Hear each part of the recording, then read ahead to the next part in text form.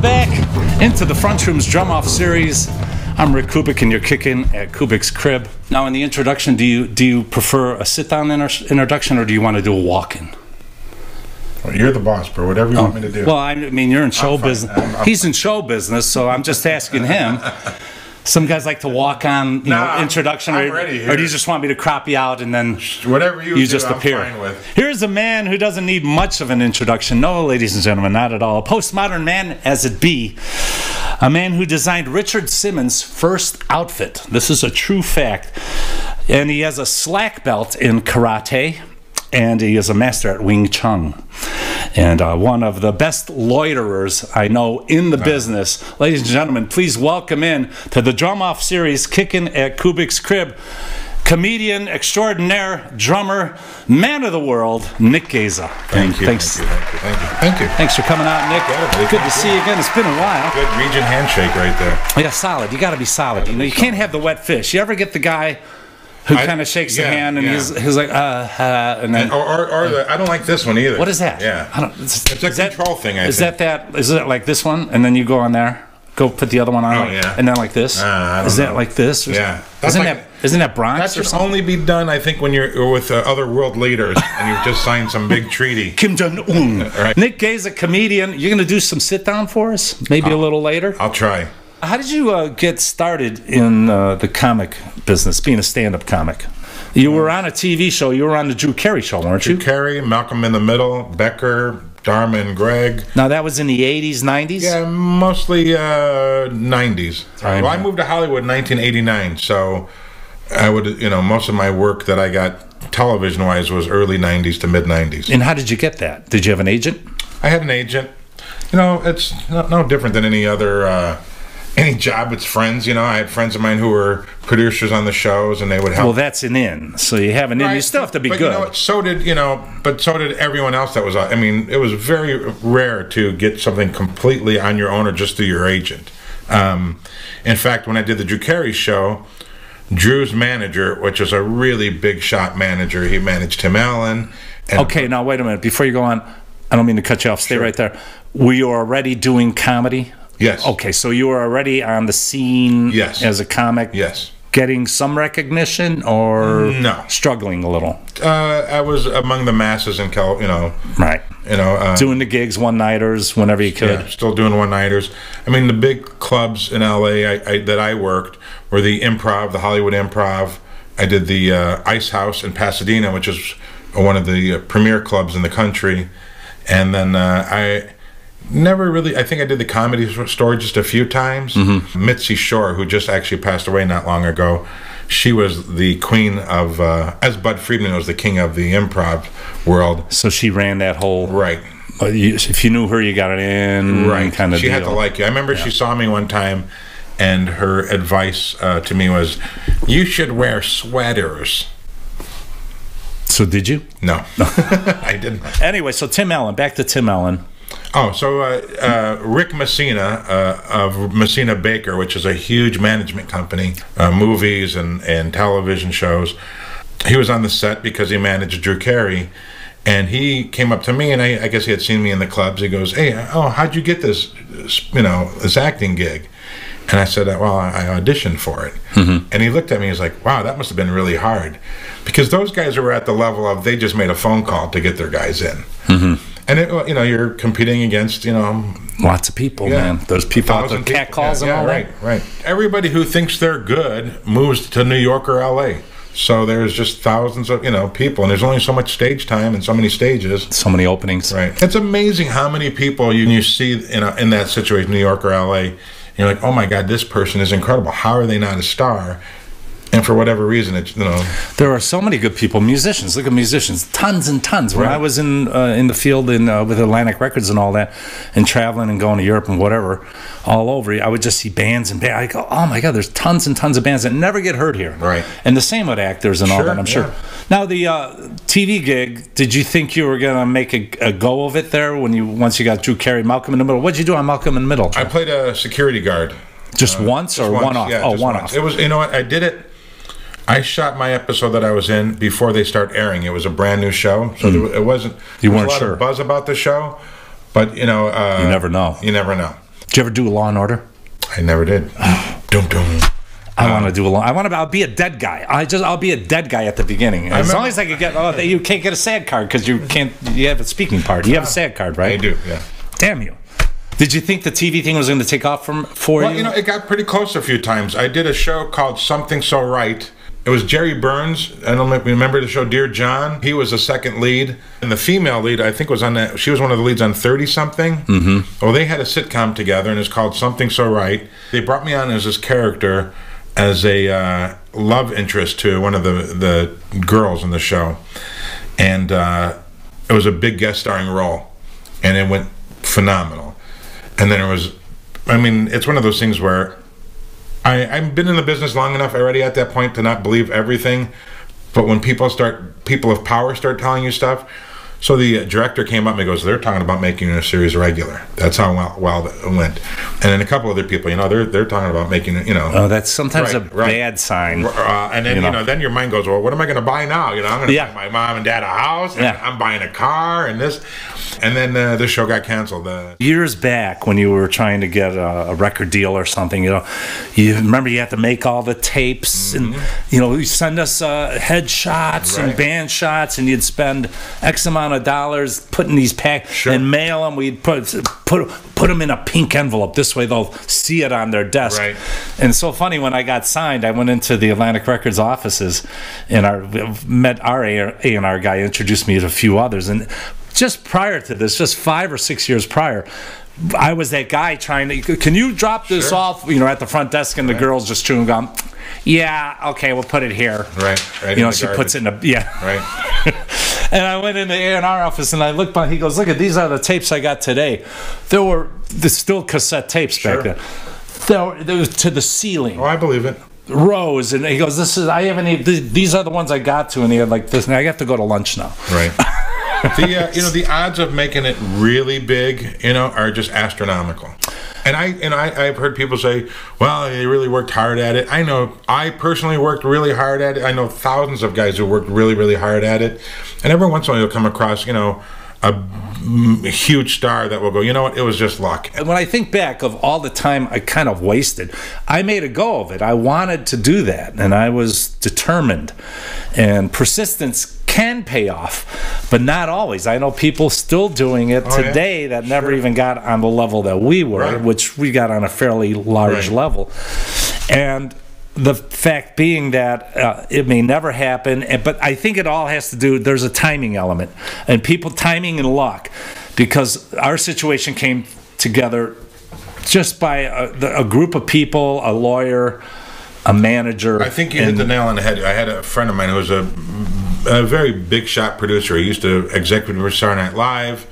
He did a bunch of sitcoms that he executive produced. And he told me it's so much of timing of what they're buying and looking at. When I moved to Hollywood, Friends was the #1 show on TV. If you're looking a full shot of me, I'm not getting on Friends. I've been fat my whole life. They were looking for good, really good-looking people. That was what they were going for. How tall were you as like a 18-year-old? 8th grade, I was 6'1". Did you play basketball? Oh, I sucked at basketball. Yeah. I went into the gym, and the coach was like, get that kid over here. He goes, go up there, do a layup. He goes, go sit down. Right. Oh, that was quick. Your career ended quickly. I was never much of a sports guy. Neither have I. For a fact, I get a lot of that. For a fat guy from the Chicago area, people, when I travel the world, people expect me to be a huge, because they've seen the something like the Bears, that kind. I know nothing about sports, but I've learned when anybody says any kind of stat to me, statistic, I just go, how about that? Because it covers everything. How about that? I think my favorite line, and I'm going to revert back to Law and Order, because I always wanted to meet Catherine Urbe. I wanted to be on Law and Order Criminal Intent. I have a thing for her, and my wife knows that. Well, Catherine, I love you. If you keep that up, you might be on Law and Order, the real one. No, but Jeff Goldblum was on Criminal Intent. I really like Jeff Goldblum. He's a great pianist, too. Yes. He has a jazz band. I think he's touring, too. And there was an episode where these kids were living in a loft somewhere in a shitty area of New York City. And something went down, and one of the kids got killed. And it turned out to be they were living in this art loft. They were all trying to make it in the music biz, and they had a big showcase. And the one kid who got killed was replaced by a dude that wanted to get in the band, but it wasn't good enough. Right. So that was, you knew there was some dirt going on there. So Jeff Goldblum goes to the gig to kind of get in this guy's face a little bit, make him a little nervous. Afterwards, the band comes on. They go, "What did you think?" And he goes, "That was really something. I really dug it."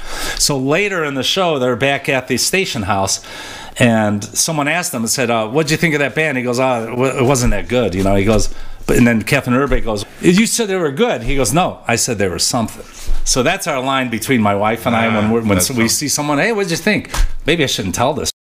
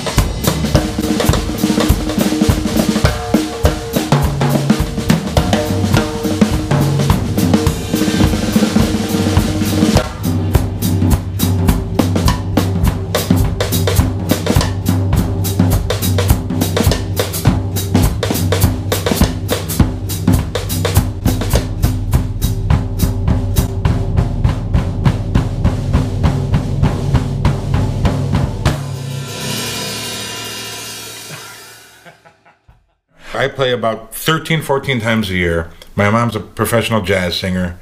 I play with her band, and it's just so fun to play. And I was really good as a kid. I was like a child prodigy as a kid on the drums. When did you start? How old? I started like 5 years old. Okay. But I got really, really good when I was probably between 10 and 15. Mm-hmm. But back then my parents were just regular working class people. They didn't think like, oh, we should Are you from East Chicago, right? Mm-hmm. East Chicago, Harbor or no, East Chicago, Went to St. Mary's grade school, then Bishop Noel High School. The only cool thing my mom did was, and I was probably 12, around that age, 13, she would take us to these blues clubs, and I mean South Side Chicago blues clubs, where we're the only... Like Checkerboard or something like that? The Teresa's, Checkerboard, and we're literally the only white people in there. And, you know, I'm a kid in this bar, and my mom would go up to the drummer and say, hey, my kid plays drums, could he sit in? Oh, how cool. And I've got to play with Coco Taylor, Junior Wells, Buddy Guy, when I was like 12, 13 years old. The drummer would let me sit in, and like in one song, they said, oh, let's see, you know, I'll be nice to these white people because they came to this club. Well, it's true. I mean, it was these some tough, rough bars. Come out the cars on blocks. Right, yeah.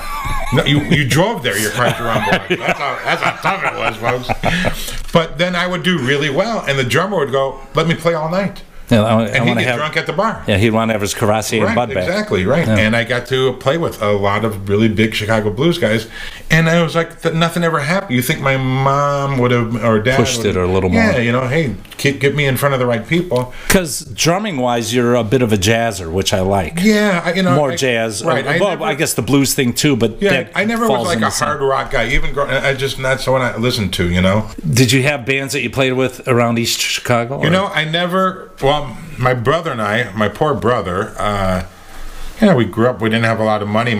Someone gave our family an accordion. So my brother was older than me, and it was like, oh, you're playing accordion. There was a place called Bylon School of Music, old school, Mr. Bylon in Whiting, Indiana, on the boulevard. So he took accordion lessons there and got really, really good. And then my mom was a politician, and she would force us to play these political functions. So my brother and I played, and it was hilarious because we. Did you used to get the little envelope at the end of the gig? Yeah, my mom. Yeah, right, exactly, right. And there was never enough in there that. Yeah, don't open it here for the amount that we hated doing.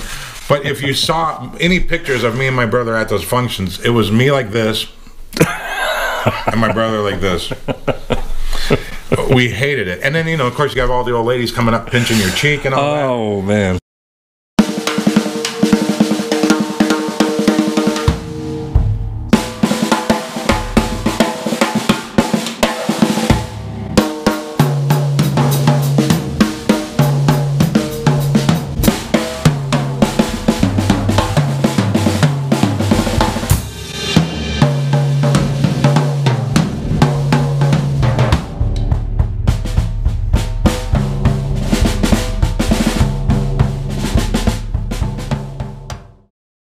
You ever take lessons? For about a month. I'd like to thank Carl Klimek. He lives in Australia now. Heguish guy from Avenue M Gang. He taught me kind of how to distinguish the hi-hat, bass drum, kind of use that, and showed me a few different beats, except I played that to everything for about 2 years. I'm a big believer in that. I've had a lot of people compliment me on my drumming that I don't overplay. And I think that's a big problem with a lot of musicians. The coolest thing, there was a piano player, Peter Slivka was his name. He passed away a couple of years, played for my mom. And this bass player, Rocco LeBroy, out of Gary. And, you know, I did improv at Second City. That's where I started my comedy training. But there's something about when you click together, including improv and all that, you kind of know where the guys, and with jazz especially.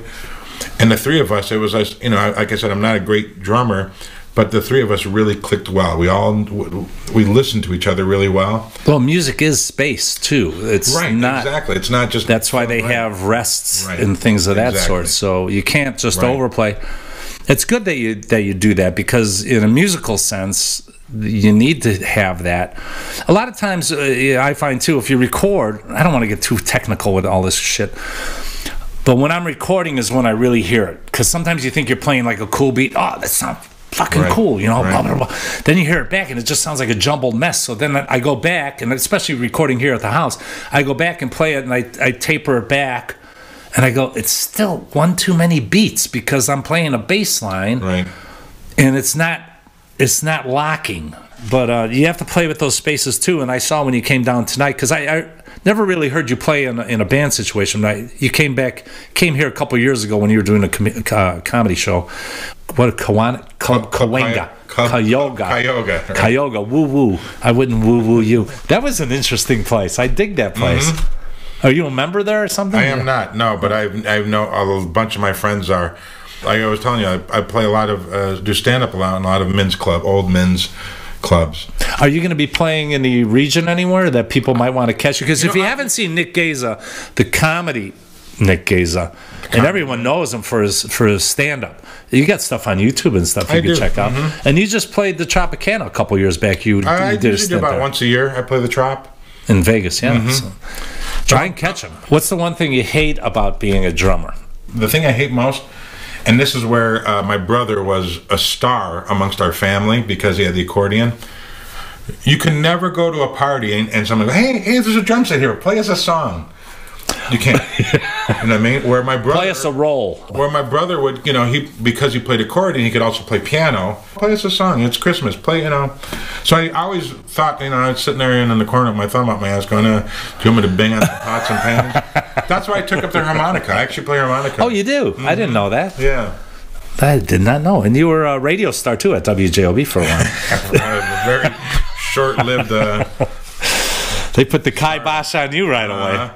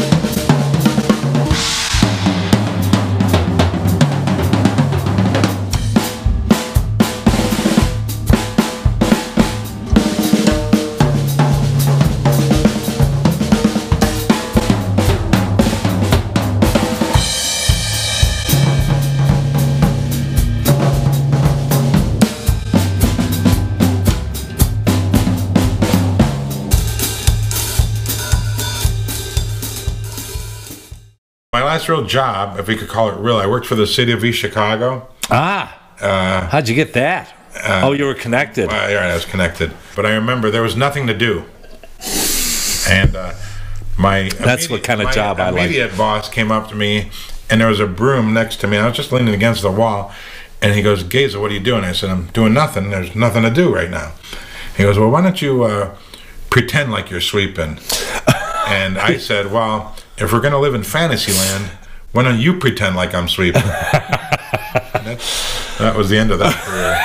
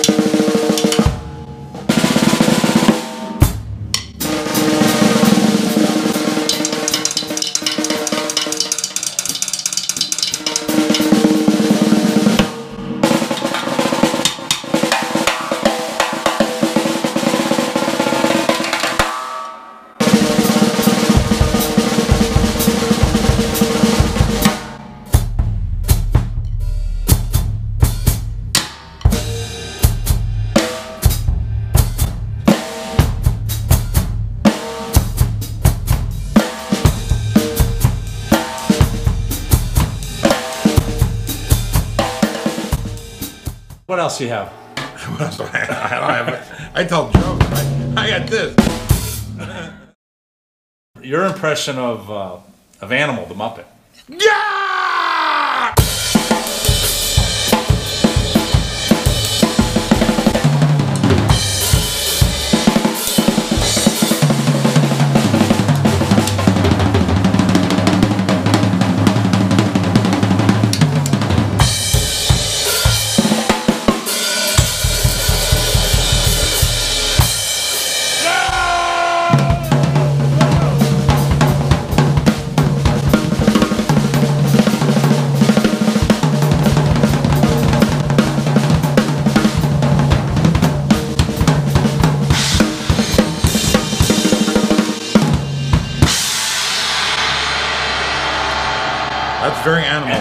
I'm more of a Cookie Monster man myself.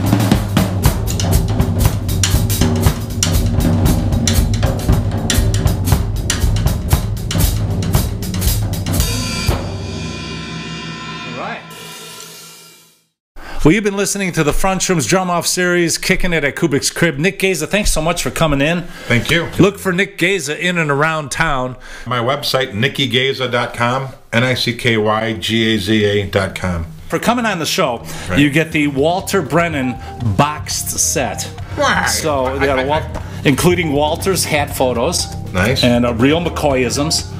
And the Appalachian jugs. And you learn the Amos McCoy strut. So there you go. Thank you so much for coming. Look for more of the shows right here, the Front Room's Drum Off series, Kicking It at Kubic's Crib. We'll see you next time.